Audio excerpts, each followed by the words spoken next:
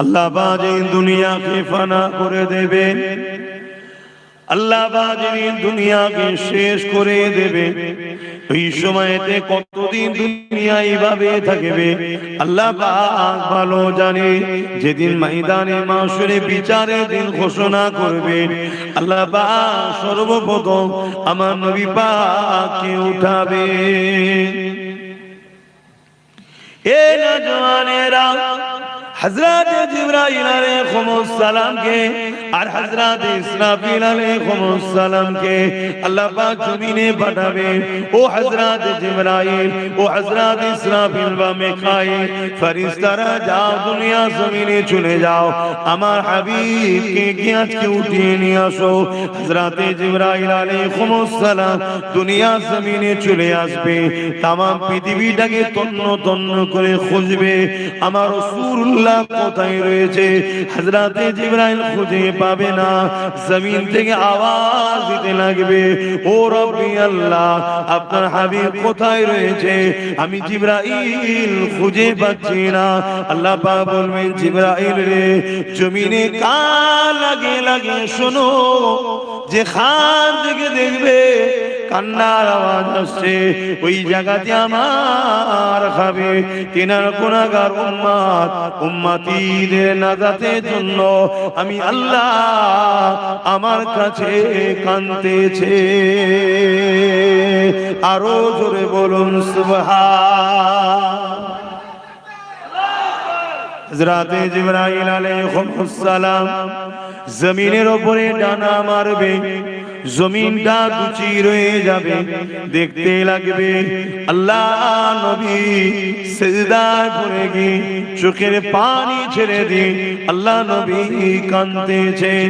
হযরত জিবরাইল আলাইহিস সালাম আমার নবী পাককে সালাম দেবে, নবী পাক জবাব দিয়ে মাথা তুলবে, ও হযরত জিবরাইল, কি বিচার কি হয়ে গেছে নাকি, তুমি আমার কাছে এসেছো, কি ব্যাপার, কিয়ামত কি হয়ে গেছে, ময়দানে মাশর কি হয়ে গেছে, বিচার কি হয়ে গেছে।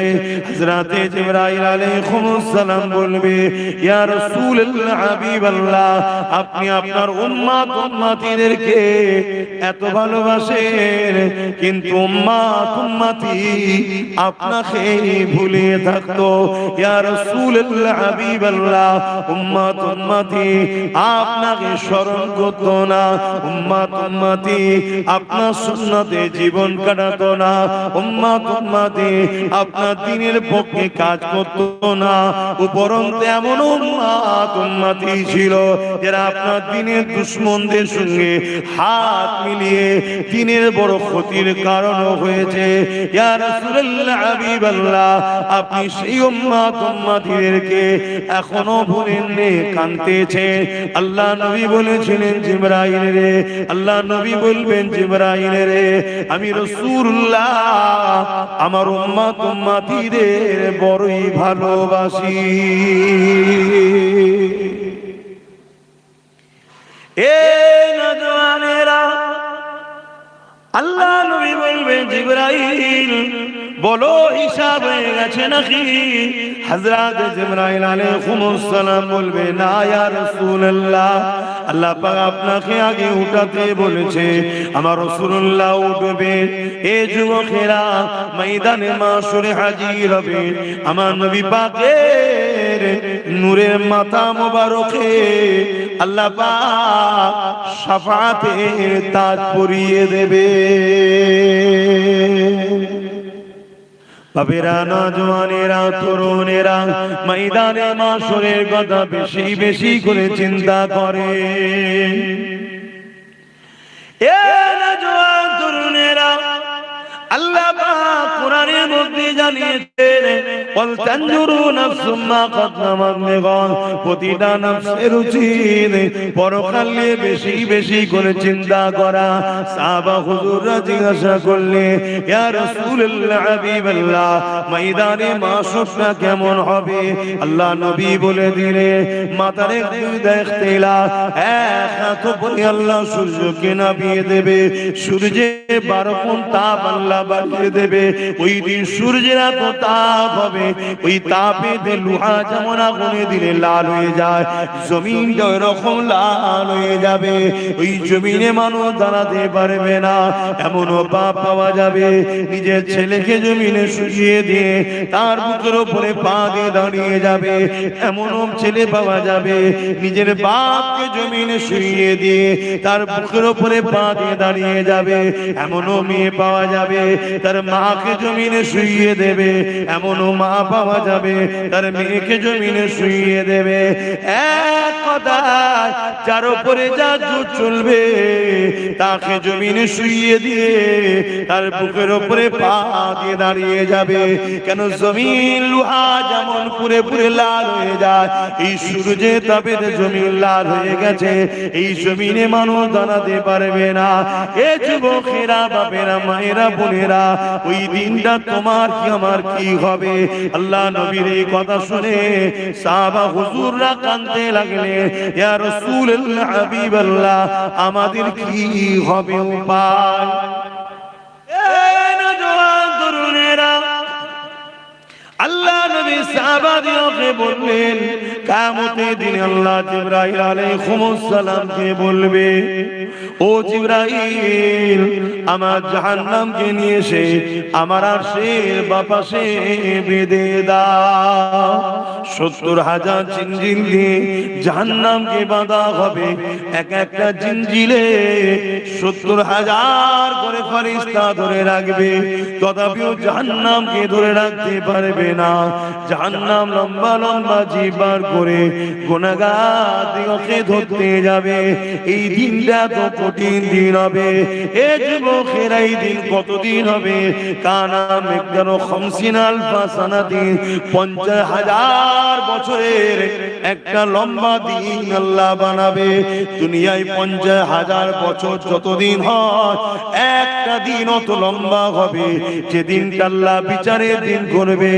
এ যুবকেরা, তরুণেরা, বাপেরা, ওই কঠিন ময়দানে মাসুরে কি হবে? ওদিনে তো বাপ ছেলের হবে না, ছেলে বাপের হবে না, মা মেয়ের হবে না, মেয়ে মায়ের হবে না, স্বামী স্ত্রীর হবে না, স্ত্রী স্বামীর হবে না, কেউ কারো হবে না। ওই দিনেতে শুধুমাত্র আল্লাহ নবী জবান দিয়ে বেরোবে, ইয়া রাব্বি হাবলি উম্মতি উম্মতি। আরো জোরে বলুন সুবহান। কত ভালোবাসে সেই রাসূলের জন্য আমরা কি করলাম বলে? তার যে কষ্টের মেহনতের ইসলাম রেখে গেল, যে ইসলামকে প্রচার করতে গিয়ে আল্লাহ নবী কত মার খেলেন, কত কষ্ট পেলেন। আজকে সেই ইসলামকে চতুর্দিক দিয়ে মিটাবার প্ল্যান চলছে। আমরা কি করছি? আমরা ইসলামের কোন কাজে লাগলাম?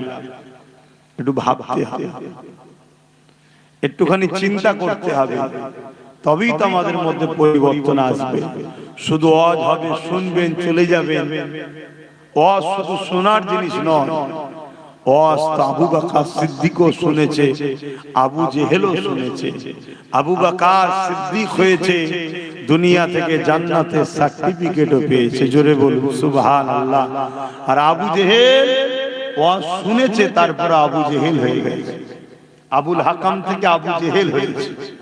তো ওয়াজ শুধু শোনার জিনিস নয়, ওয়াজ শুনে ভাবতে হবে, ফিকির করতে হবে, চিন্তা করতে হবে, নিজের মধ্যে অনুশোচন তৈরি করতে হবে যে কি কোর জন্য আল্লাহ আমাকে পাঠালেন।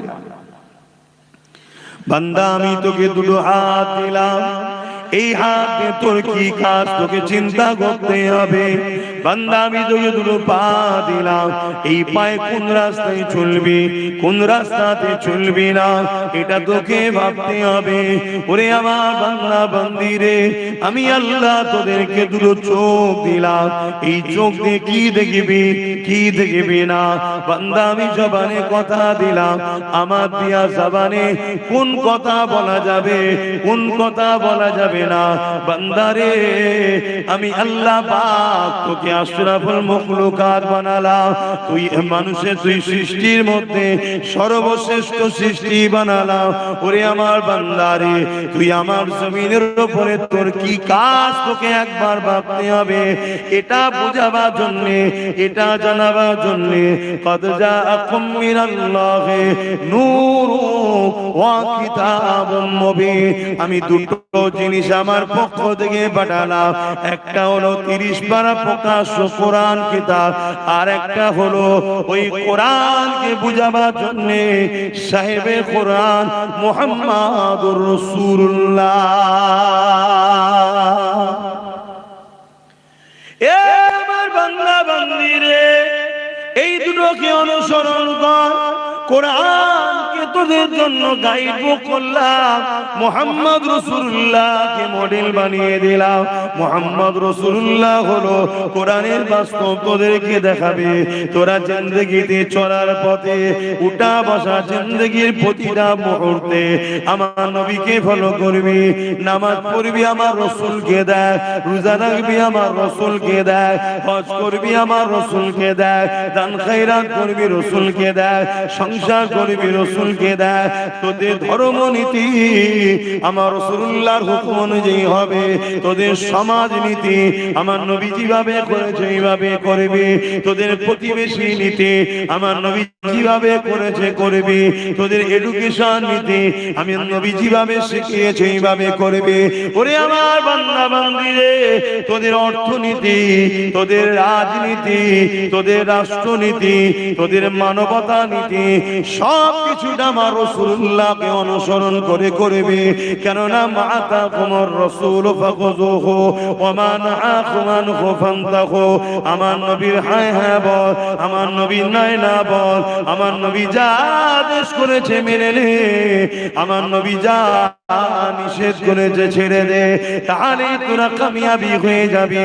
এই কঠিন দিনে তাদের কোনো চিন্তা হবে না, কেননা তাদের জন্য রয়েছে আমি আল্লাহ, আমার আরশের ছায়া।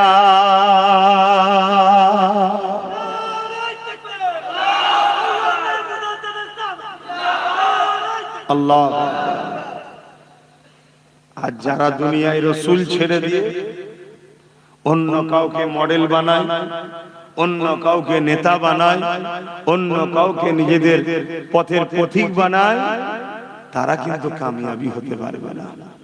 উলামাদেরকে আমরা ভালোবাসবো, পীরকে ভালোবাসবো, আলেমকে ভালোবাসবো, ইমামকে ভালোবাসবো, উদ্দেশ্য একটাই, পীর আলেম উলামা মুফতি যেই হোক যদি আমাকে রাসূলের সঙ্গে জুড়তে চায় তবে তাকে ভালোবাসবো। উদ্দেশ্য থাকবে রাসূল। আর যদি রাসূলের সঙ্গে না জোড়ে, সে উলামা দাবিদার হতে পারে, মুফতি দাবিদার হতে পারে, পীর দাবিদার হতে পারে, তাকে মানা যাবে না। কথা শুনছেন? যে আমাদেরকে রাসূল চিনাবে, রাসূলের সঙ্গে জুড়াবে, রাসূলের রাস্তা দেখাবে, সেই হলো আমাদের সবকিছু। তাকে আমরা সম্মান করব, প্যার করব, আদর করব, উস্তাদের মর্যাদা দেব, মাথায় করে ঘুরব। কেন? আল উলামা ওয়ারাসাতুল আম্বিয়া, এরা রাসূলের ওয়ারিস। এদেরকে ভালোবাসলে আল্লাহ ও রাসূল খুশি হবে। জোরে বলুন সুবহানাল্লাহ। কিন্তু কারো কথা আমরা মানব না, আমরা কথা মানব কালামুল্লাহ আর হাবিবুল্লাহ। জোরে বলুন সুবহানাল্লাহ।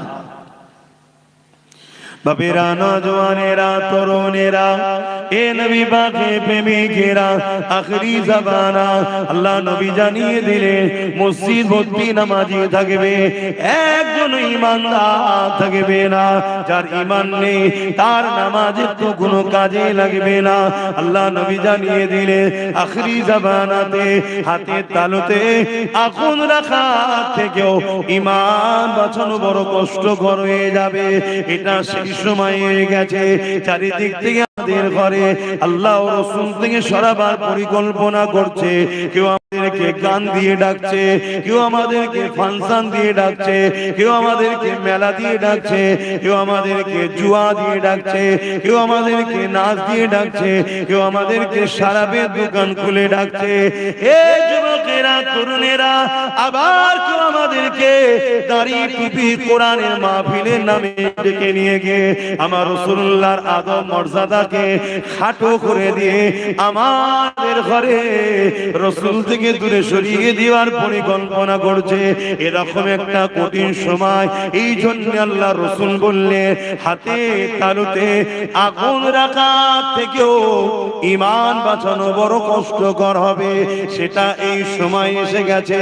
তাই বলে দিয়ে যায়, আল্লাহ রাসূলকে মহব্বত করে, আল্লাহ নবীকে প্যার করে, যে নবী আমার সারাটা জীবন তোমার আমার জন্য কেঁদেছে, আজও কাঁদছে। কিয়ামতের এই কঠিন দিনেতে যখন নমন করে জাহান্নাম লম্বা লম্বা শিকাবার করে গুনাহগারকে ধরতে যাবে, ওই সময় জিবরাইল আলাইহিস সালাম ঘোষণা দেবে, আল্লাহর জাহান্নাম উম্মতে মুহাম্মাদির দিকে তেরে তেরে যাচ্ছে। ওই সময়তে আমার আল্লাহ রাসূলের কানে এই আওয়াজটা যখন চলে যাবে, নবী আমার আল্লাহর আরশে আজিমের উপরে মাকামে সম্মানে সিংহাসনে বসে শাফাআতে তাজ পরে বসে থাকবে। এই কথা যখনই রাসূলুল্লাহর কানে যাবে, নবী আমার ওখান থেকে নেবে মাকামে মাহমুদ বলে একটা জায়গা আছে, ওই জায়গাতে সিজদায় পড়ে যাবে, চোখের পানি ফেলে কাঁদতে থাকবে। এত তারিফ প্রশংসা আল্লাহর করবে, ইতিপূর্বে আল্লাহ তারিফ প্রশংসা এত কেউ করতে পারেনি। আমার নবী পাকের তারিফ প্রশংসা শুনে আল্লাহ পাকের জালাল, আল্লাহ পাকের রহমতে দুনিয়ায় জোশ মেরে উঠবে। আমার আল্লাহ বলবে, আমার হাবিব সারা জীবন উম্মত উম্মতি করে কেঁদেছে, আজকে দিনে আপনি আর কাঁদবেন না। আমি আল্লাহ ওয়াদা করেছিলাম, ওয়ালা সাওফা ইউতিকা রাব্বুকা ফাতারদা, যত চিরে আপনাকে এত দিয়া দেব, যতক্ষণ পর্যন্ত আপনি খুশি না হবেন আপনার দোয়া আজকে আমি আল্লাহ কবুল করব। আরো জোরে বলুন সুবহান।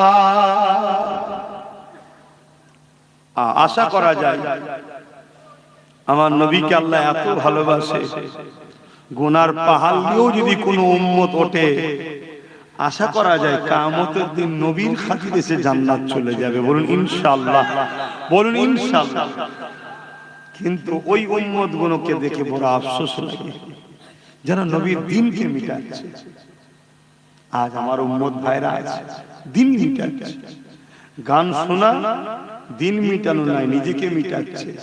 কিন্তু গানের আড্ডা তৈরি করা, মুসলমানের ছেলে মেলা দেয়, মুসলমানের ছেলে জুয়ার আড্ডা দেয়, মুসলমানের ছেলে ফাংশনের নেতৃত্ব দেয়, তার মানে কি পাপের আখড়া তৈরি করলো। এটা ইসলামকে মিটানো সমান পাপ। শুনছো আমার ভাইরা? এই কথাগুলো বলা দরকার আছে না? হতে পারে আমার সেই সকল ভাইদের কানে যেতে যেতে আল্লাহ চাইলে একদিন তাকে হিদায়াত হয়ে যেতে পারে। আর যদি পরিবর্তন হয়ে যে মেলা ফাংশন গান বন্ধ করে দেয়, তাহলে সে ভাইটা তো বেঁচে যাবে। গুনাহ করে ফেলেছে, আশা করা যাচ্ছে আল্লাহ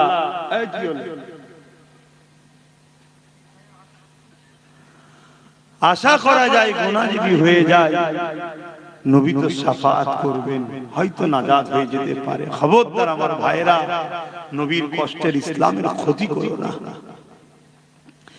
আল্লাহ নবী জীবনে কত কষ্ট হয়েছে। এ নওজওয়ানেরা, আল্লাহ নবীর জীবনে এমনও দিন গেছে নবী আমার সিজদায় পড়ে রয়েছে। মক্কার জালিম বেঈমানেরা আমার নবী পাকের পিঠের উপরে পচা ভুঁড়ি, দুম্বার ভুঁড়ি চাপিয়ে দিয়েছে। আল্লাহ নবী সিজদা দিয়ে মাথা তুলতে পারছে না।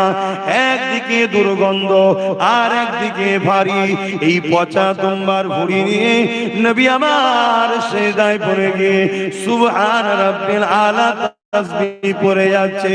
নবী পাকের কলিজার টুকরি খাতুনে জান্নাত দেখতে পেয়ে তখন তিনি ছোট ছিলেন, আব্বা জানের পিঠ থেকে এই পচা দুম্বার ভুঁড়িখানা নাবাতে লেগেছে। ছোট ছোট নুরানি হাত দিয়ে আর পচা দুম্বার ভুঁড়ি নাবাতে পারছে না। একদিকে দুর্গন্ধ আর একদিকে ভারী। খাতুনে জান্নাত তখন ছোট ছিলে আর চোখের পানি, আমার আব্বাকে কে এত কষ্ট দেয়। এদিকে জালিম নিষ্ঠুর পাশান অত্যাচারীরা বসে বসে মজা নিতে লেগেছে। এমনও দিন গেছে আল্লাহ নবীকে এত ভুঁড়ি দিয়েছে, নবী পাকের পিঠে এত পচা দুম্বার ভুঁড়ি চাপিয়েছে, আমার নবী পাক পুরো ঢাকা পড়ে গেছে, নিঃশ্বাস নিতে পারছে না। খাতুনে জান্নাত খোঁজে, খোঁজ করতে করতে যখন এই পচা দুর্গন্ধময় ভুঁড়ি দেখতে পায়, খাতুনে জান্নাত আন্দাজ করে এই জায়গাতে হয়তো আব্বা রয়েছে। এই পচা দুম্বার ভুঁড়িকে সরিয়ে সরিয়ে সরিয়ে ওর ভেতর থেকে দয়া নবী মাথা তোলে।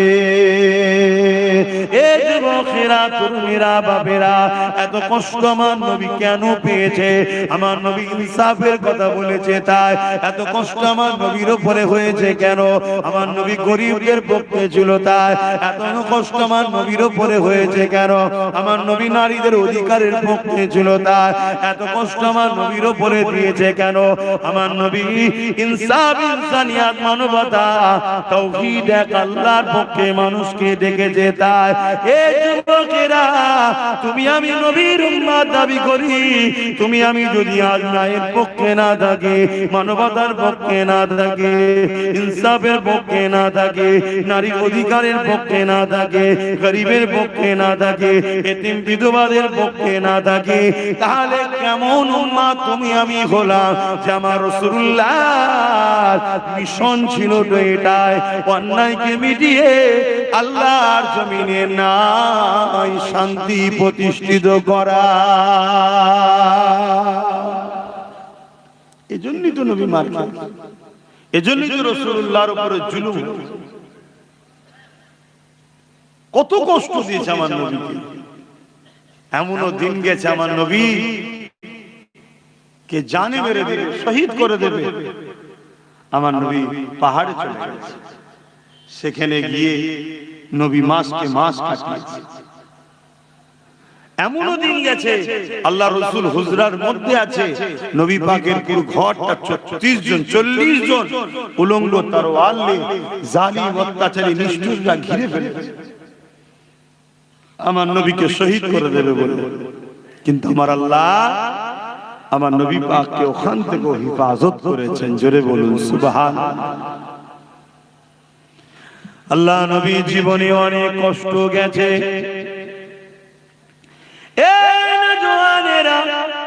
আল্লাহ নবী যখন মক্কার মানুষের কাছে দিনের কথা বলে, মক্কার মানুষ শুনতে চায় না। নবী আমার তায়েফের জমিনে চলে যায়। এদিকে মক্কার জালিম নিষ্ঠুর নেতারা তায়েফের মানুষকে জানিয়ে দেয় মক্কা থেকে মুহাম্মদ রাসূলুল্লাহ যাচ্ছে, যিনি তাওহীদের কথা বলে, যিনি গরিবের ইনসাফের কথা বলে, যিনি নারীদের অধিকারের কথা বলে, যিনি মানবতার কথা বলে, যিনি ন্যায়ের কথা বলে, যিনি প্রেম ভালোবাসার কথা বলে। এই তায়েফের সরদারেরা মুহাম্মদ রাসূল যা বলে ঠিকই সত্য কথা বলে। কিন্তু মুহাম্মদ রাসূলের কথা মতো চললে আমরা যে মানুষের উপরে সন্ত্রাসী করে টিকে রয়েছি, মানুষের উপরে আতঙ্ক করে টিকে রয়েছে, মানুষকে ভয় খাইয়ে টিকে রয়েছে, মুহাম্মদ রাসূলের কথা যদি মেনে নেওয়া যায় তাহলে আমাদের অন্যায় অত্যাচারের সাম্রাজ্য মিটে যাবে। এই মুহাম্মদ রাসূলকে তায়েফের জমিনে ঢুকতে দিও না, তাকে বাধা দাও, বাধা দাও। আজকে দিনে তো সেই রাসূলুল্লাহর পক্ষে যারা কথা বলে তাদেরকেও বিভিন্ন মাহফিলে বাধা দেওয়া হয়, তাদেরকেও বিভিন্ন জায়গায় রুকা হয়। কেন রুকা হয়? এরা গেলে মুহাম্মদ রাসূলের কথা বলবে, এরা ইনসাফের কথা বলবে, এরা ইনসানিয়াতের কথা বলবে, এরা মানবতার কথা বলবে। কেন? আল্লাহ কোরআনের মধ্যে জানিয়ে দিয়েছে, এ দুনিয়ার মানুষেরা, কুনতুম খায়রা উম্মাতিন উখরিজাত লিন-নাস তা'মুরুনা বিল মারুফ ওয়া তানহাউনা আনিল মুনকার। আল্লাহ আমাদেরকে দুটো কাজ দিয়েছে, অন্যায়কে মিটিয়ে দাও, ন্যায়কে প্রতিষ্ঠিত করো।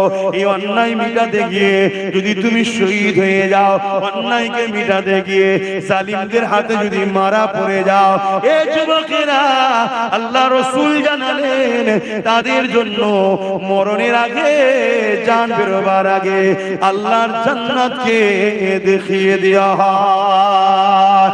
আর যদি এই লড়াইয়ে লড়তে গিয়ে, ন্যায়কে প্রতিষ্ঠিত করতে গিয়ে, অন্যায়কে মিটাতে গিয়ে, আর যদি এই লড়াইয়ে কেউ গাজী হয়ে যায়, বিজয় হয়ে যায়, আমার আল্লাহ তাকে দুনিয়াতে গাজী সম্মান দেয় এবং পরকালে পুরস্কার জান্নাতে রেখেছে। আমাদের তো দুটো কাজ আল্লাহ দিয়েছে নাকি? কথা বলে, অন্যায় মিটাও, ন্যায়কে প্রতিষ্ঠিত করে, এটা তো কাজ আমাদের। আমরা সেটা করছি? আমরা তো অন্যায়ের সঙ্গে গা মিলিয়ে চলছি। আমরা তো জুলুম বন্ধ করা ছেড়ে দিয়ে জুলুম করছি। আমাদের অনেকের ধারণা হয়ে গেছে ইসলাম নামাজ, রোজা, দাড়ি, টুপি, হজ, যাকাত, নামাজ পড়লেই হয়ে গেছে, রোজা রেখে নিয়েছি হয়ে গেছে, একবার হজ করলেও মিটে যাবে। এটা ইসলাম শুধু নয়। হ্যাঁ, এটাও ইসলাম, কিন্তু শুধু এটা নয়। সমাজে এতিমের উপরে জুলুম হবে, আপনি এতিমের পাশে দাঁড়াবেন না, আর আপনি বলছেন আমি নামাজ পড়েছি। সমাজে বিধবার উপরে অত্যাচার হবে, আপনি তার পাশে দাঁড়াবেন না, আপনি বলছেন আমি রোজা রেখেছি।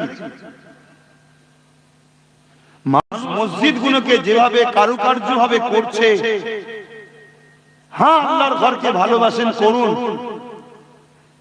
কিন্তু অপরদিকে এই সমাজের গরিবদের ঘরে মানুষ দেখে, আল্লাহর ঘর কাঁচা হলেও নামাজ হয়ে যাবে, কিন্তু গরিব যদি খেতে না পায়, ওই সমাজের প্রত্যেককে কিয়ামত দিন আল্লাহর কাছে জবাব দিতে হবে। কথা শুনছেন তো নাকি? হ্যাঁ, আপনি প্রতিবেশী, আপনার প্রতিবেশীর খোঁজ নিতে হবে না? এটা কি ইসলাম নয়? কিয়ামতের দিন অনেক লোককে আল্লাহ ধরবে, তুমি কোথায় যেতে চাও? সে বলবে আল্লাহ আমি নামাজ, রোজা, হজ, যাকাত করেছি, আমি জান্নাতে যেতে চাই। আমার আল্লাহ তখন বলবে, আবু দাউদ শরীফের হাদিস, দুনিয়ায় যখন আমি ভুখা ছিলাম, ক্ষুধার্ত ছিলাম, তুমি কি তখন আমায় খেতে দিয়েছিলে? বান্দা তো অবাক হয়ে যাবে কিয়ামতের দিন, আল্লাহ আপনি তো আল্লাহুস সামাদ, কারো মুখাপেক্ষী নাই, ক্ষুধার্তর তো মুখাপেক্ষী আপনি নন, তাহলে আপনাকে কেন খেতে দিতে হবে? আমার আল্লাহ বলবেন, তোমার গ্রামে অমুক ঘর, অমুক গরিব, অমুক এতিম, সে তো ক্ষুধার্ত ছিল, সেটা কি আমার নয়? ওকে যদি দিতে আমাকে দেয়া হতো, ওকে দিওনি, আমাকে দিওনি, আমি তোমার জান্নাত দেব না। আজকে বলুন, গরিবদের পাশে কেউ আছে? বলেন, আমার কথা বলেন, গরিবদের কেউ দেখে? এটা কি ইসলাম নয়? আল্লাহ নবী বসে আছেন, এক ইহুদি আসলো, আল্লাহ নবীকে জিজ্ঞাসা করলো, ইয়া রাসূলুল্লাহ, হাবিবাল্লাহ, ইসলামের সবথেকে ভালো কাজ কোনটা? আল্লাহ নবী নামাজের কথা বলেনি, রোজার কথা বলেনি, হজের কথা বলেনি, দাড়ি টুপির কথা বলেনি, জুব্বা পাগড়ির কথা বলেনি, মসজিদ মাদ্রাসা বানানোর কথা বলেনি। আল্লাহ নবী বলেছিলেন ইসলামে সব থেকে বড় কাজ হলো ক্ষুধার্ত মানুষকে খানা খাওয়ানো।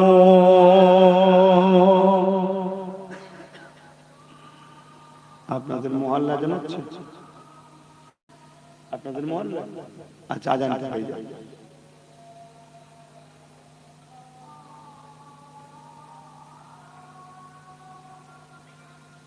খুব ঠান্ডা এলাকাটা,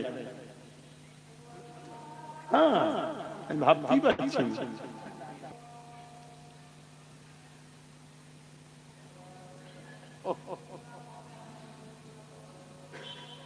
সাল্লাল্লাহু আলাইহি ওয়াসাল্লাম।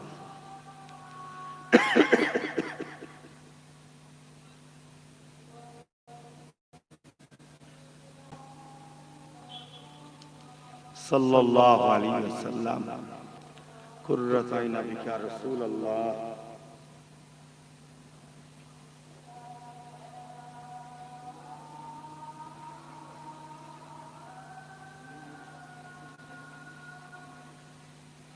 لا حول ولا قوة لا حول ولا قوة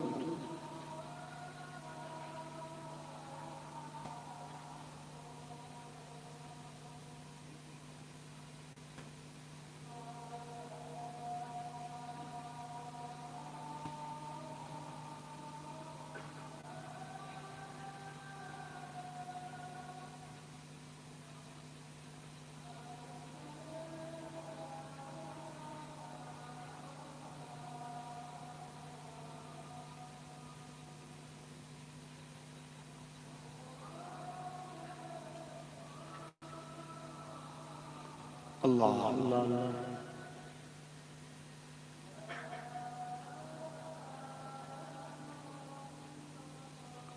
اللهم رب هذه آت محمد الوسيلة والفضيلة ومحمد إنك لا تفتح لا إله إلا أنت. درود شریف اللهم صل على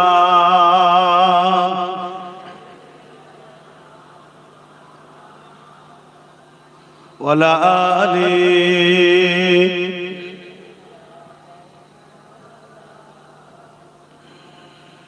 میری الفت مدینے سے یوں ہی نہیں، میرے آقا کا روضہ مدینے میں ہے. میں مدینے کی جانب نہ کیسے کھینچوں، میں مدینے کی جانب نہ کیسے کھینچوں، میرا دین و دنیا مدینے میں ہے. میری الفت مدینے سے یوں ہی نہیں، میرے آقا کا روضہ مدینے میں ہے. عرض عظیم سے بڑھ کے جس کا بڑی شان ہے، روضہ مصطفیٰ جس کی پہچان ہے. روضہ مصطفیٰ جس کی پہچان ہے، جس کا غم پلہ کوئی معلّہ نہیں، جس کا غم پلہ کوئی معلّہ نہیں. ایک ایسی محلہ مدینے میں ہے.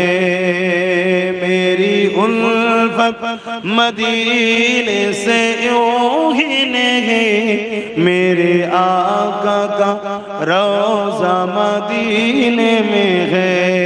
اللہم صلی علی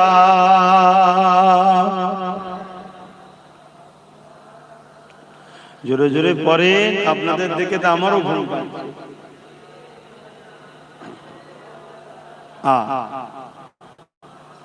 হ্যাঁ ভাই,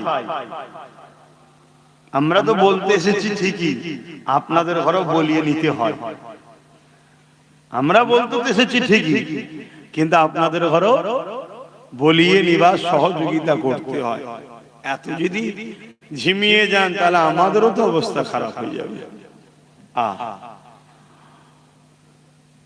তাহলে ইসলাম সব থেকে ভালো কাজ হলো ক্ষুধার্ত মানুষকে খানা খাওয়ানো. জোরে বলুন সুবহানাল্লাহ. আল্লাহ নবী বলছেন, কেউ যদি এতিমের মাথায় হাত বোলায় সেজন্য আমি রাসূলুল্লাহ আমার মাথায় হাত বোলালো. জোরে বলুন সুবহানাল্লাহ. কেউ যদি এতিমের পরনের কাপড় দেয় সেজন্য আমি রাসূলুল্লাহ আমাকে কাপড় দিল. কেউ যদি এতিমের পিপাসা মিটায় আমি রাসূল তার ময়দানে মাশরে আবে কাউসারের পানি দিয়ে পিপাসা মিটাবো. জোরে বলুন সুবহানাল্লাহ. আর আজকে এতিমদের অবস্থা কি? এই কঠিন ঠান্ডায় রাস্তাঘাটে ফুটপাতে দেখা যায় না, হাজার হাজার বাচ্চা এতিমরা কত কষ্টে কাটাচ্ছে তারা. আজ আমাদের আছে আমরা জড়িয়ে দিয়ে একটু গরম হয়ে যাচ্ছে, কিন্তু গরিব এতিমদের কি হয় এগুলো ভাবতে হবে। এটাই দরদ, মানুষের উপরে দয়া মায়া থাকা দরকার। আল্লাহ পাকের এক বান্দি ছিলেন, যে সমাজে নোংরা কাজ করে বেড়াতো মেয়েটা, কিন্তু একদিন পাপ কাজ করে ফিরছে আর দেখছে একটা কুকুর একটা কুয়া, দেখবেন কুয়ার উপরটা ঘিরে থাকে যাতে কেউ না পড়ে যায়, ওর উপরে উঠছে আর নামছে, পানি তো পান করতে পারছে না, পিপাসা লেগেছে। আল্লাহর এই বান্দিটা দেখে মনে দয়া হয়েছে যে বান্দি কত পাপ রাস্তায় ছিল, তাকে পানি পান করিয়েছে। কুকুরটাকে দু কদম যেতে না যেতে গায়েবী আওয়াজ এসেছে, তুমি এমন একটা ভালো কাজ করলে, তুমি এই মুহূর্তে তওবা করো, আমি তোমার গুনাহ মাফ করে দিতে চাই। জোরে বলুন সুবহানাল্লাহ। সে তওবা করেছে, আল্লাহ তাকে মাফ করে দিয়েছে। তাহলে বলো, আমাদের জীবনে ভুল হতে পারে। একটা অবলা পশুকে যদি ভালোবাসলে আল্লাহ তার মাগফিরাত দেয়, আমরা আল্লাহ শ্রেষ্ঠ মখলুক মানুষ, সে অন্য ধর্মেরও হতে পারে, হিন্দু হতে পারে, খ্রিস্টান, মতুয়া, আদিবাসী হতে পারে, গরিব যদি হয়, আর আমার কওমের ভাইদের মধ্যেও তো প্রচুর গরিব আছে, তার পাশে যদি দাঁড়ায়, আল্লাহ কি আমাদের উপর দয়া করবে না? দয়া করবে। আল্লাহ নবীর ঘরে শিক্ষা কেমন ছিলেন দেখে, হযরতে খাতুনে জান্নাত তিনি এমন করে, হযরত ইমাম হাসান হুসাইন দুই ভাই অসুস্থ হয়েছে, তাই তিনাদের সুস্থতার জন্য খাতুনে জান্নাত নিয়ত করলেন, মান্নত করলেন, ও রব্বি আল্লাহ, আমার বাচ্চা দুটো সুস্থ হয়ে গেলে আমি আপনার খুশির জন্য 3টে রোজা রাখার মান্নত করলাম, নিয়ত করলাম। আল্লাহ পাকের দয়াতে ইমামে হাসান হুসাইন পাক দুই ভাই সুস্থ হয়ে গেলে, তখন ছোট ছোট তিনারা ছিলেন। এই সুস্থ হয়ে যাওয়ার দরুন হযরতে খাতুনে জান্নাত মাওলা আলী শেরে খোদার সঙ্গে আলোচনা করলে, আমার প্রাণের স্বামী, আমি আল্লাহ পাকের কাছে এই বলে মান্নত করেছিলাম, হাসান হোসেন সুস্থ হয়ে গেলে আমি 3টে রোজা রাখবো। আল্লাহ পাক সুস্থ করে দিয়েছে, যে আমি রোজা রাখার ইচ্ছা প্রকাশ করছি। হযরতে মাওলা আলী বলেছিলেন, এ খাতুনে জান্নাত, আপনি একা কেন রাখবেন, আমিও আপনার সঙ্গে রোজা রাখবো। হযরতে মাওলা আলী রোজা রাখলে, খাতুনে জান্নাত রাখলে, হযরত ইমামে হাসান হোসেন তিনারাও উঠে পড়লেন, তিনারাও বলতে লাগলে, আম্মা জান, আমরাও সেহরি খাবো, রোজা রাখবো। এ যুবকেরা, ঘরে একটা কাজের মানুষ ছিল, যার নাম হলো ফিজ্জা, তিনিও বললেন, আম্মা আমাকে ইজাজত দেয়া হোক, আমিও নফল রোজা রাখবো। 4জন 5জন হয়ে গেল রোজা রাখা, সেহরি খেতে লেগেছে। কি সেহরি খাচ্ছে? এ যুবকেরা, বাপেরা মন দিয়ে শোনো গো, ঘরে কিছুই নাই, পানি দিয়ে সেহরি করা হচ্ছে, শুধু পানি। দোনো জাহানের সুলতানের বেটির ঘরের কথা বলছি, শুধু পানি। বাপেরা, নওজওয়ানেরা, তরুণেরা, এই সময়তে মাওলা আলী সকাল হয়ে যায়, হুজুর আমার কাজে খোঁজে বেরিয়ে গেলে, কেননা ইফতারে যদি কিছু পাওয়া যায়, এর জন্য তিনি কাজে বেরিয়ে গেলে। খাজুরের বাগানে পানি দেওয়ার কাজ করতে লাগলে, এতে সামান্য কিছু আল্লাহ মিলালে, তা থেকে জবের আটা, রুটি এবং কিছু খাজুর কিনে নিয়ে এলে।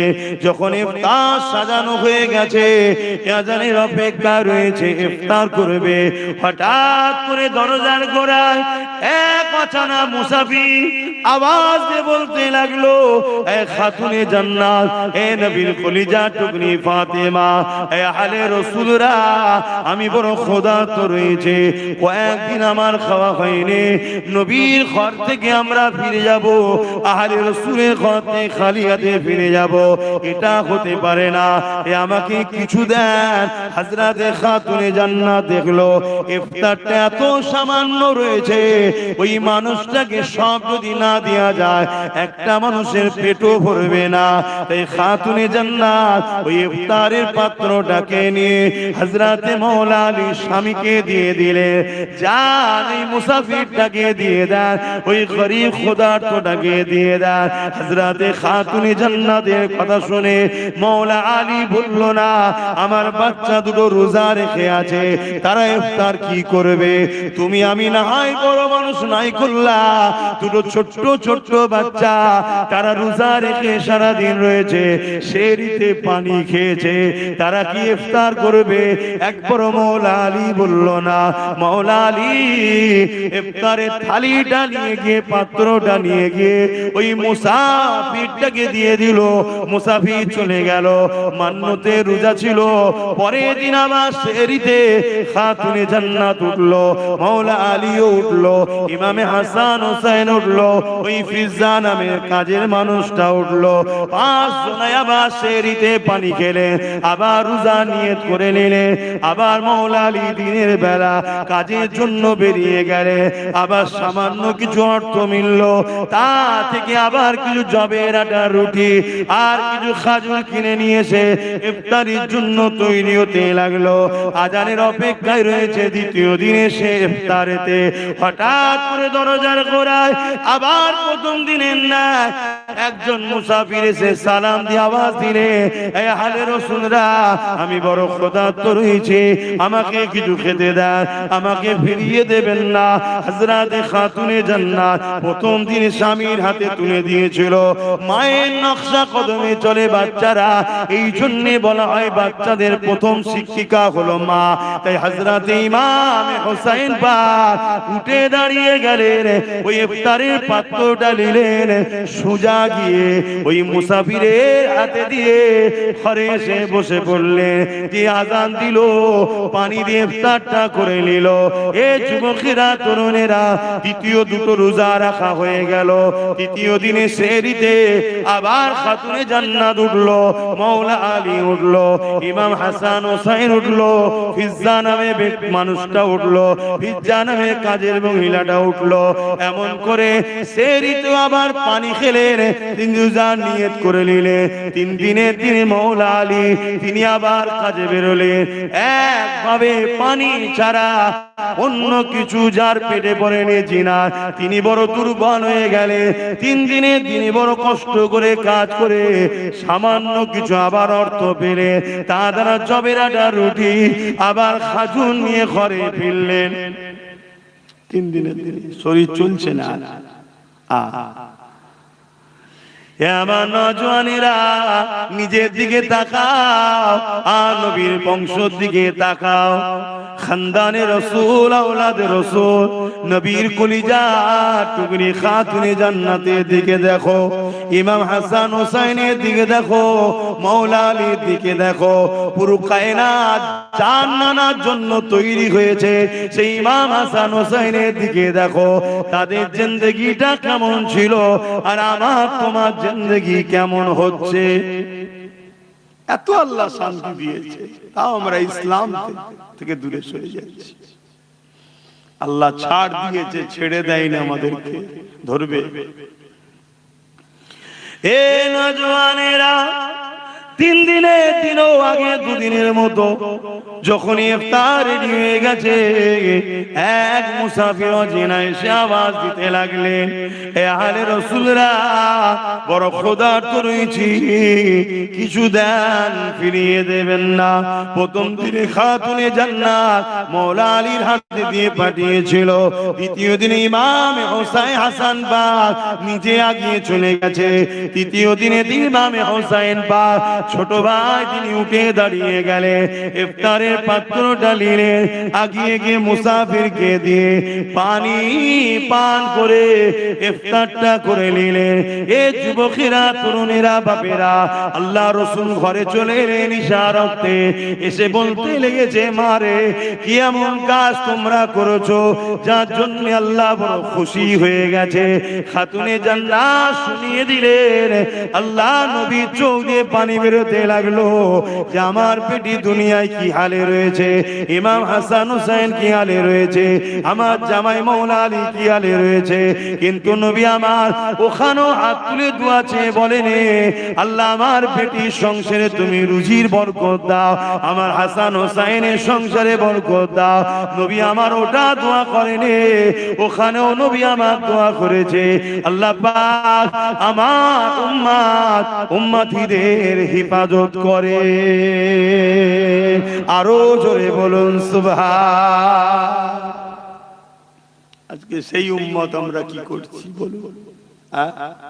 বললেই তো আব্বাস সিদ্দিকীকে সমালোচনা করছে, গালি দিচ্ছে, ফোনে হুমকি দিচ্ছে, কাঁচা কাঁচা গাল দিচ্ছে বাপ মা তুলে। কেন? আজ ইসলাম মিটে যাচ্ছে, কথা বলছি তাই।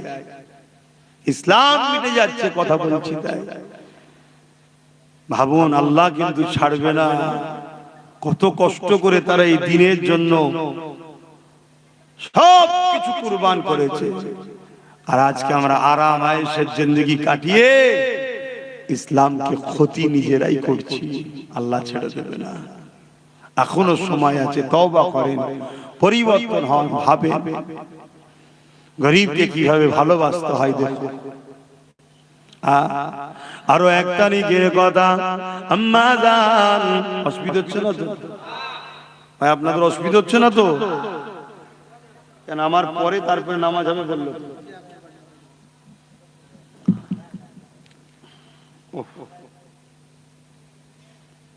আরো এক তারিখের কথা, আল্লাহ নবীর কলিজার টুকরি খাতুনে জান্নাত দুনিয়া থেকে চলে যাবার সময় হয়েছে। হযরতে মাওলা আলী হুজুরের কোলে মাথা রেখে খাতুনে জান্নাত চোখ মুজে শুয়ে আছে, যাবার সময় একদম শেষের দিকে, দুনিয়া থেকে পর্দা নেবেন, ইন্তেকাল করার সময় এসে গেছে। হযরতে মাওলা আলী খাতুনে জান্নাত নিজের স্ত্রীর মাথায় হাত বুলোতে বুলোতে চোখ ভরা পানি নিয়ে বলছে, আমার প্রাণের স্ত্রী, এতদিন সংসার করলাম, কোনদিন একটা বার আপনি আমাকে কোন জিনিস আমাকে মুখ ফুটে চাননি আমার কাছে, শুনছেন? কোনদিন একটা জিনিস আমার কাছে চাননি। হযরতে খাতুনে জান্নাত চোখ খুললেন, মুচকি হাসলেন, হেসে বলছেন, আমি সাক্ষী দিচ্ছি আমি আপনার উপরে রাজি খুশি আছি। জোরে বলুন সুবহানাল্লাহ। পৃথিবীতে তো ওই স্বামীটাই, ওই পুরুষটাই তো শ্রেষ্ঠ যাকে তার স্ত্রী বলবে আপনার উপরে আমি খুশি, আপনি ভালো। কথা বুঝে আসছে? তা আপনি কেন চিন্তা করছেন? আমি আপনার উপরে রাজি আছি। কিন্তু মাওলা আলী শেরে খোদা বলছে, আমার দিল চাইছে একটা তো কিছু বলো, কিছু তো একটা চাও যেটা আমি তোমার জন্য এনে দেব। কখনো তো কিছু চাইলে না। হযরতে খাতুনে জান্নাত বলে, যখন আপনি এতই করে বলছেন, জান একটা আপেল কিনে নিয়ে আসেন, একটা সেব নিয়ে আসেন, আমি এটা আপনার কাছে চাইলাম জান। আহা, দোনো জাহানের সুলতানের বেটি হযরতে মাওলা আলী কোল থেকে বড় আদর করে স্ত্রীর মাথাটা তাকিয়া বালিশের উপরে রেখে দিয়ে খাতুনে জান্নাতের জন্য ছুটতে লেগেছে। হযরতে আলী চোখে পানি, এ পানি বড় আনন্দের পানি। আজ আমার কাছে ফাতেমা কিছু চেয়েছে, তাই বাজারে গেছে, এত অল্প পয়সা ছিল, পিসি শুধু আপেল হয়েছে, ওই আপেলটা কিনে নিয়ে ঘরে ফিরে আসছে। রাতে একটা ক্ষুধার্ত ব্যক্তি মুসাফির হাত দিয়েছে, এ হযরতে আলী, এ নবীর জামাতা, এ আলে রাসূল, আমি বড় ক্ষুধার্ত, তোমার হাতের আপেলটা আমাকে দাও, আমার বড় খিদা লেগেছে, আমাকে ওটা দাও। হযরতে আলী চিন্তা করতে লেগেছে, জীবনে প্রথমবার আমার স্ত্রী ফাতেমা আমার কাছে একটা আপেল খেতে চাইলো আর আমি ওইটা কিনে নিয়ে যাচ্ছি, এত সামান্য পয়সা দ্বিতীয় কিনারও নাই, যদি মুসাফিরটাকে দিয়ে দিই, এই গরিব খোদার্তটাকে দিয়ে দিই, আমার স্ত্রী জীবনে চাইলে চলে যাওয়ার সময়ও তিনার নজদিকে এসেছে, আরে আমি কি করি, নিজের মধ্যে তোরপার হতে হতে ওই আপেলটা হযরতে মওলা আলী ওই গরিবটার হাতে দিয়ে দিলে।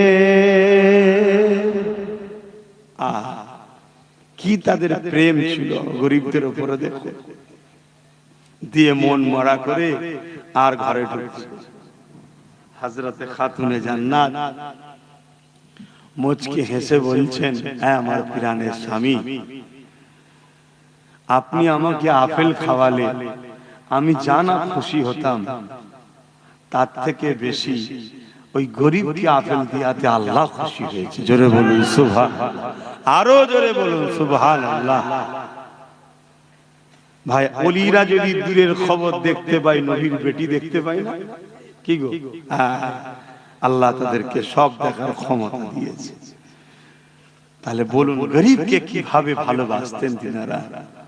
আর আজকে আমরা নিজের প্রতিবেশী, নিজের আত্মীয়র মধ্যে গরিবের উপরে আমাদের আজকাল গুরুত্ব নাই, গরিবের উপরে সবাই জুলুম করছে। গরিবকে প্যার করো, গরিবকে ভালোবাসো, গরিবকে সাথ দাও, আল্লাহ খুশি হবে। কিয়ামতের দিনে একটা যুবককে আল্লাহ উঠাবে, যে যুবক কিয়ামতের দিনে আল্লাহ পাক তাকে বলবে হিসাব দাও, দাও হিসাব দাও।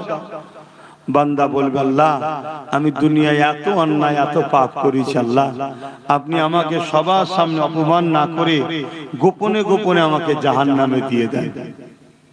আল্লাহ বলবে, বান্দা লা তাখনাতু মির রাহমাতিল্লাহ, আমার রহমত থেকে নিরাশ হয়ো না, আমাকে দেখাও। আল্লাহ কুদরতি ভাবে তার আমলনামা দেখবে, সত্যি পুরো পাপ অন্যায়, একটা ভালো কাজ পাবে। আল্লাহ পাকে যেটা দেখে বড় পছন্দ হয়ে যাবে, আল্লাহ পাক বলবে, বান্দারে তোমার সবই তো অন্যায় দেখলাম, তোমার সবই তো পাপ দেখলাম, ও আমার বান্দা, তবে তোমার একটা ভালো কাজ দেখেছি, যেটা আমি বড় রাজি খুশি হয়েছি। এ বান্দারে বলো তুমি কোথায় যেতে চাও? বান্দা এই সময় বলতে লাগবে, ও রব্বি আল্লাহ, আপনি যদি দয়া করেন, আপনার দয়ার বিনিময়ে আমি জান্নাতে যেতে চাই। মনে রাখবেন, খুব সুন্দর কথা, আল্লাহ দয়া ছাড়া জান্নাত পাওয়া যায় না। নামাজ হুকুম পড়তে হবে, রোজা হুকুম রাখতে হবে, হজ হুকুম মালদারদের করতে হবে, যাকাত হুকুম মালদারদের দিতে হবে, কিন্তু নামাজ দেখিয়ে, রোজা দেখিয়ে, হজ দান খায়রাত দেখিয়ে আল্লাহর জান্নাতের আশা করবেন না। কারণ আমাকে যে আল্লাহ এই যে জমিনের উপরে খাওয়াচ্ছে, জমিনের উপরে বাঁচিয়ে রেখেছে, এই যে নিঃশ্বাস টানছি ছাড়ছি, এর ঋণ কখনো শোধ করতে পারবেন না। কিয়ামতের দিনে একটা বান্দাকে আল্লাহ উঠিয়ে জিজ্ঞাসা করবে, বান্দারে বলো তুমি কোথায় যেতে চাও? ওই বান্দাকে আল্লাহ 500 বছর হায়াত দিয়েছিল দুনিয়ার জমিনে, ওই বান্দা বলতে লাগবে, ও রব্বি আল্লাহ, 480 বছরের বেশি ধরে দুনিয়ার জমিনে জ্ঞান বিবেক হওয়ার পর থেকে আপনাকে সিজদা দিয়ে দিয়ে পেট পিঠ বেদন করে কোমরকে ধনুক বানিয়ে দিয়েছি, এবং রোজা রেখে রেখে পেট পিঠকে সমান করে দিয়েছে। ও রব্বি আল্লাহ, জঙ্গলে পাহাড়ে গিয়ে নোনা পানির এলাকাতে ওই জায়গায় গিয়ে আমি আপনার ইবাদত করেছি 480 বছরের বেশি। আজকে দিনে আল্লাহ আপনার কাছে আমি জান্নাত যেতে চাই, জান্নাতে যাব। আল্লাহ পাক ওই সময় বলবে, ওরে আমার ফেরেশতারে, এই বান্দাকে আমার জাহান্নামটা একটু দেখিয়ে নিয়ে আসো। 500 বছর হায়াত, 480 বছর প্লাসে ইবাদত করেছে আল্লাহ, সেজদা দিয়ে দিয়ে নিজের পিঠকে ধনুকের ন্যায় করে ফেলেছে, রোজা রেখে রেখে পেট পিঠ সমান করে ফেলেছে, এত আল্লাহর ইবাদত বান্দেগি করেছে। লোকালয় ছেড়ে গিয়ে পাহাড় জঙ্গলে ছিল। সেই বান্দাকে আল্লাহ ফেরেশতা বলবে, আল্লাহ বলবে ফেরেশতা একে তোমার জাহান্নাম ঘুরিয়ে নিয়ে আসো, দেখিয়ে নিয়ে আসো। এ নওজওয়ানেরা, আল্লাহর ফেরেশতারা তাকে নিয়ে যাবে। যেতে যেতে পথের মধ্যে এক জায়গাতে এমন সময় পিপাসা লেগে যাবে, কেননা জাহান্নামে তাপ আসতে লেগেছে, পিপাসা লেগে যাবে, এত পিপাসা লেগে যাবে। ওই সময় ফেরেশতাদেরকে ওই বান্দা বলতে লাগবে, ও আল্লাহ পাকের ফেরেশতারে, আমাকে বড় পিপাসা লেগেছে, আমাকে পানি পান করো। ওই সময় ফেরেশতারা বলবে, তোমরা দুনিয়ার বান্দা ছিলে, এখন পরকালে এসেছো, কোন জিনিস কি বিনিময় ছাড়া হয়? তোমাকে যে আমি পানি দেব, এর বিনিময়ে তুমি কি দেবে? তোমার তো কিছুই নাই। ওই সময় ফেরেশতারা স্মরণ করিয়ে দেবে, হ্যাঁ তোমার অনেক নেক আমল রয়েছে, যদি এই আমল গুলো আমাকে দিয়ে দাও তাহলে তোমাকে আমি পানি পান করাবো।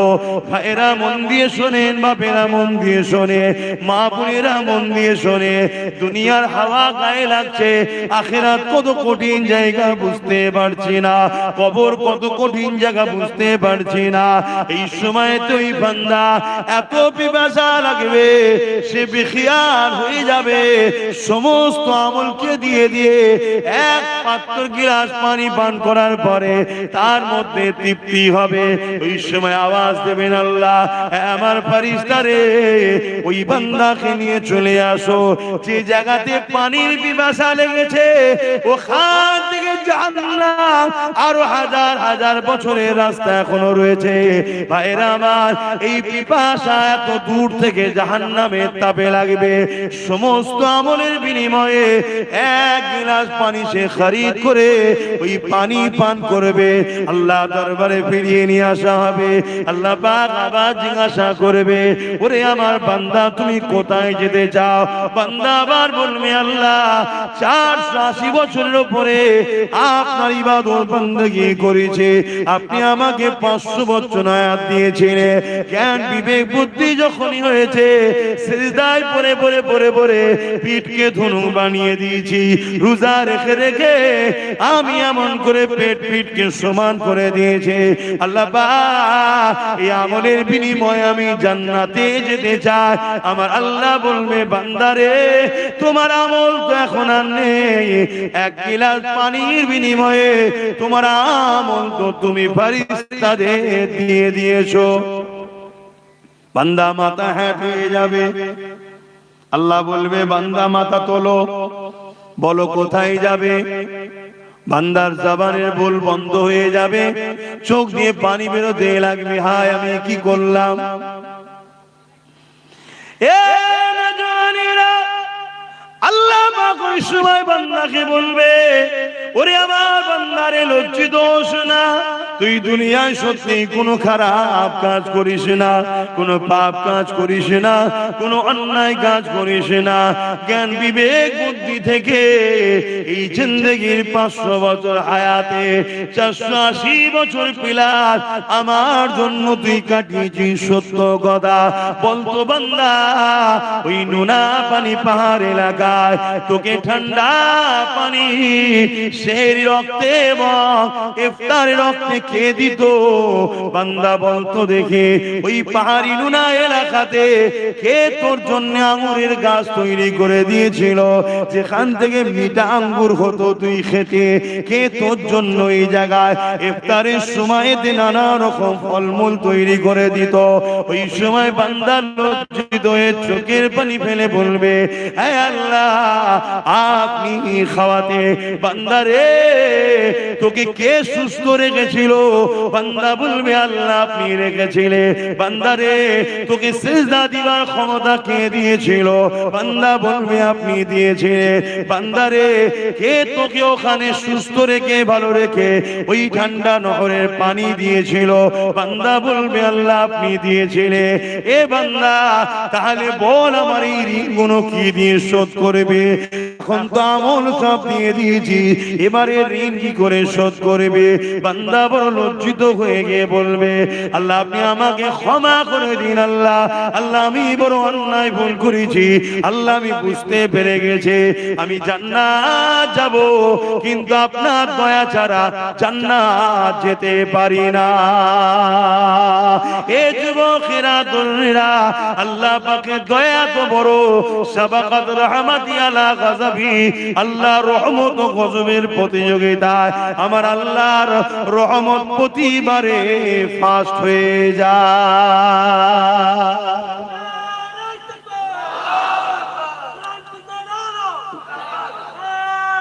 আল্লাহ ভাই জানি না কেন ওয়াজ করতে আসি, কষ্ট হচ্ছে, ঘুম ঘুম লাগছে, কথা বুঝে আসছে, তারপরও আল্লাহ যতটুকু বলাচ্ছে আপনাদের অসুবিধা হচ্ছে না তো? খুব কষ্ট লাগছে কথা বলতে। যাই হোক ভাই, তাহলে ভাবুন আল্লাহ রহমত ছাড়া নাজাত পাওয়া যাবে না। আর সূরা আম্বিয়ার মধ্যে আল্লাহ বলছেন, ওমা আরসালনাকা ইল্লা রাহমাতাল লিল আলামিন, আমার নবীকে আল্লাহ আল্লাহর রহমত দয়া করেছে, জোরে বলুন সুবহানাল্লাহ। তো ভাই সেই আল্লাহর উপরে মহব্বত, নবীর উপরে মহব্বত, আল্লাহর সৃষ্টিকে ভালোবাসুন, তবে আল্লাহর রহমত পাবেন। যে কথা বলছিলাম, ওই যুবকটা, ওই বান্দাকেও আল্লাহ সেদিন নাজাত দেবে, জোরে বলুন সুবহানাল্লাহ। তো যে কথা বলছিলাম, ওই যুবকটাকে আল্লাহ পাক বলবে, বান্দা যা, আমি তোকে আমার রহমতের বিনিময়ে জান্নাত দিলাম, জোরে বলুন সুবহানাল্লাহ। কাশ ওই যুবক যদি আমি হই, কত সুন্দর হবে, কি হবে আল্লাহ জানে। এত পাপ থাকার পরও আল্লাহ তাকে নাজাত দিচ্ছে, কেন? তার একটা কাজ আল্লাহর বড় পছন্দ হয়েছে। কি কাজ ছিল? প্রচন্ড গরমের সময় এক পশু রোদে বাঁধা ছিল, তাকে ছায়ায় বেঁধে পানি পান করিয়েছিল। আল্লাহ দেখে বড় ভালো লেগেছে, জোরে বলুন সুবহানাল্লাহ। তুই আমার সৃষ্টির উপরে দয়া করেছিস, যখন আমার সৃষ্টি বিপদে ছিল, আজ আমি আল্লাহ তোর উপরে দয়া করব, এখন তুই বিপদে আছিস, জোরে বলুন সুবহানাল্লাহ।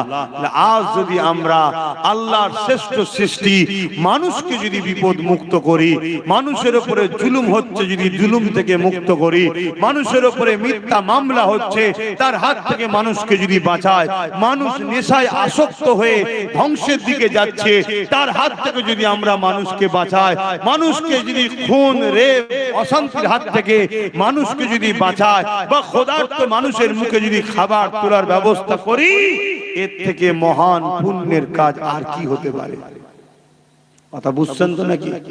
অতএব এই কাজ অনেক নেকির কাজ, পুণ্যের কাজ, এই কাজ আপনারা করুন। মনে রাখবেন, একদিকে যেমন আল্লাহর সৃষ্টিকে বাঁচানো, আল্লাহ সৃষ্টির উপরে দয়া দেখানো, আল্লাহ আপনার উপরে দয়া দেখাবে, অপর দিকে আল্লাহর পেয়ারা নবী নূর নবীর মেহনতের কষ্টের ইসলাম আজ জালিমদের কাছে বড় খাতরা, বড় জালিমদের আঘাতের শিকার হচ্ছে। যেমন আমার দেশের কেন্দ্র সরকার ওয়াকফ কালা কানুন তৈরি করে আমার ইসলামকে মিটাতে চাইছে, নিশ্চয়ই আমরা এ বিষয়ে খবর রাখি না? এটা আওয়াজ দিয়ে বলুন। আজকে 2025 এখনো চলছে, এবছরে একটা আইন তৈরি করেছে ওয়াকফ কালা কানুন, সংবিধান বিরোধী, ইসলাম বিরোধী। এই আইনকে মানি না শুধু বললে হবে না, এই আইনকে বন্ধ করিয়ে মসজিদ মাদ্রাসা ইসলামের সম্পদকে বাঁচাবার জন্য জান মাল উৎসর্গ যদি আমরা করতে পারি, এর বিনিময়ে হাসতে হাসতে আল্লাহর নাজাত জান্নাত পাওয়া যাবে, জোরে বলুন সুবহানাল্লাহ। আরে মরণ তো একদিন হবে, কবে হবে? যেদিন লিখা আছে সেদিনই হবে। ঘরের মধ্যে দৌড় দিয়ে বসে থাকলো, মরণ সেদিনই হবে। আর বাইরে বেরিয়ে খালিদ বিন ওলীদের মতো 125টা লড়াইয়ের ময়দানে গিয়ে পুরো শরীরে ক্ষত বিক্ষত করেছে, তারপরও শহীদ হয়নি, বিছানায় শুয়ে মরণের দিনেই ইন্তেকাল করেছে, জোরে বলুন সুবহানাল্লাহ। কিন্তু আজ এসআইআর এর ভয়ে ওয়াকফ আন্দোলনটাই ভুলে গেছে। বন্ধ হয়েছে না? এসব তো পরিকল্পনা। ওয়াকফ আন্দোলন হলো পৃথিবী ব্যাপী আন্দোলন, ইন্টারন্যাশনাল আন্দোলন। এসআইআরটা যদি রাষ্ট্রীয়ভাবে করে, এর আগেও হয়েছে, এখনো হবে। নাম সংযোজন, নাম সংশোধন, মারা গেছে কাটা যাবে, 5 জায়গায় নাম 4 জায়গায় কাটা যাবে, 1 জায়গায় থাকবে। বিবাহ হয়েছে, বাপের বাড়ির নাম বাদ যাবে, স্বামীর বাড়ির নাম থাকবে। কথা বুঝে আসছে তো? এটা হলো এসআইআর। এর বাইরে গিয়ে যদি বলো যে কাউকে ইচ্ছা করে নাম বাদ দেবে, অর্থাৎ মুসলমানকে তো টার্গেট করছে, শুনছি, ঠিক তো নাকি? তুমি বলো, তুমি এটা যদি তোমার নাম ইচ্ছা করে বাদ দেবে বলে, তুমি কি করবে? তোমার কি করার আছে বলো? তুমি পেরেছিলে তোমার 500 বছরের প্রমাণ হওয়া বাবরিকে বাঁচাতে? যে বাবরি সুপ্রিম কোর্টে প্রমাণ হলো ওখানে মসজিদ ছিল, ওখানে অন্য কোন ধর্মের ধাঁচা নিচুই ছিল না, ওখানে নামাজ হতো, ওখানে মসজিদ ছিল, প্রমাণ হয়েছে সবকিছু সুপ্রিম কোর্টে। তারপরও তুমি কি তোমার মসজিদকে বাঁচাতে পেরেছো? তাহলে তোমার মতে একটা সাধারণ মুসলমানের নাম যদি জোর করে বাদ দেয়, কাগজ নিয়েই কি করবে? তুমি কাগজ খুঁজছো, কাগজ নিয়েই কি করবে বলো? তাহলে বাঁচাবার মালিক কে? মারার মালিক কে? তাহলে সেই আল্লাহর দিকে তো আমাদেরকে রুজু হওয়া দরকার। চলো, আল্লাহ আছে, আল্লাহ আছে, সে সব ছেড়ে দিয়ে এখন কাগজ খুঁজছে। আমার কি হবে, আমার কি হবে? আরে তোকে যদি মনে করে তাড়াবো, কাগজ থাকার পরেও তোকে তাড়িয়ে দেবে, তুই কিচ্ছু করতে পারবি না। কেন? তোদের কোনো রাজ পাওয়ার নেই। তাই যাদের হাতে পাওয়ার তারা কেউ তোদের নয়। না মমতা তোদের, না মোদি তোদের, কেউ তোদের নয়। একদম সাফ ভাষাই বলে দিয়ে গেলাম, লিভার হলে লে, আর না লিভার হলে মরগে যা, যার যেটা ভালো লাগে করবে যা।